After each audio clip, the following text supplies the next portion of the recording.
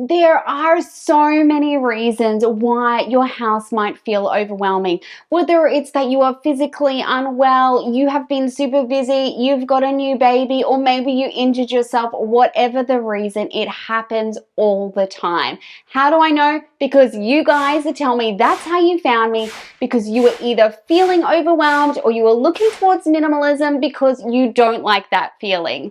So today I'm going to hit you with 5 super simple tips that you can use if you are feeling overwhelmed. Let me tell you straight up front, you've heard all these tips before, but when you are overwhelmed, your brain is not working at peak capacity. So this video is to tell you the next right thing to do. It is for you to come back to if you need to. And if you are at a season where you physically cannot do things yourself, these 5 tips are really great for you to tell somebody else how they can best help you. Tip number 1 is to use a tidy basket. This can be any box, basket, tote that you have lying around, and all you're going to do is as you work through rooms or a room, you're going to pick up anything that doesn't live there and put it in the basket. This works so well if you get overwhelmed by visual clutter because it cleans up everything really fast and allows you to see what's left. Now, if you have guests coming, you can just shove that basket in a cupboard till you have time to deal with it. Or if you are going through a room and cleaning up, you can always let your family know, hey, this is the basket full of things that don't live here. Can you take whatever's yours and put it away? The beauty of the tidy basket is it allows you to really quickly tidy up a room and then come back to those things that you don't have time for, or if you're physically unable to do it right now, that is a great time to put that basket away. You've got a much cleaner room to deal with, and that stuff is waiting for you when you're ready. Tip number 2 is start with the places that are going to have the biggest impact.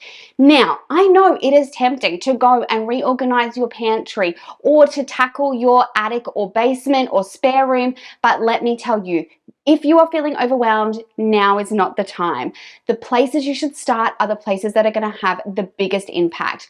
For me personally, that is my kitchen and my bathrooms. Why those places? 1, because we are using those places all of the time. 2, if we have guests come around, I feel like your kitchen is just a general place lots of people congregate and that they might need to use your bathroom. So those are the 2 places that I always start. And the reason that this works so well is once you have these places a little bit calmer, you are in a much better mental space to work on other rooms. It also is those spaces where if your playroom is crazy town, you can literally just shut the door and work on those spaces that are going to bring you the best bang for your buck. Tip number 3 is set it up and move on. We are so lucky that we live in a day and age where there are lots of machines that can help us cleaning our house.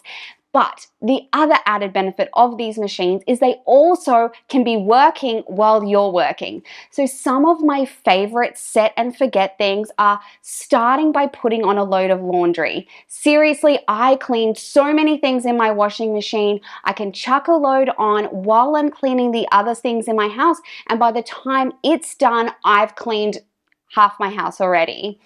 Another great use of these machines is your dishwasher. Put your dishwasher on as you start to clean. This is a great way of getting all of those dishes clean while you move on to something else. Another way of using the set and move on is by spraying down those items that might need some extra cleaning. I'm talking about toilets, bathrooms, stuck on, burnt on stains in your kitchen.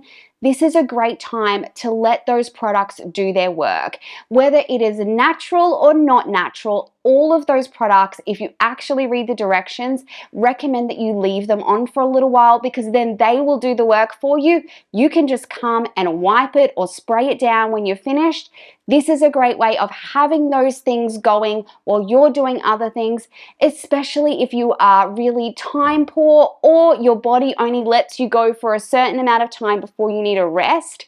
If you can have these things working for you, you can be having a break or getting something else done while they're still going. Tip number 4 is Trash. Now, guys, I've talked about trash a lot on my channel, but seriously, it is the secret sauce of cleaning.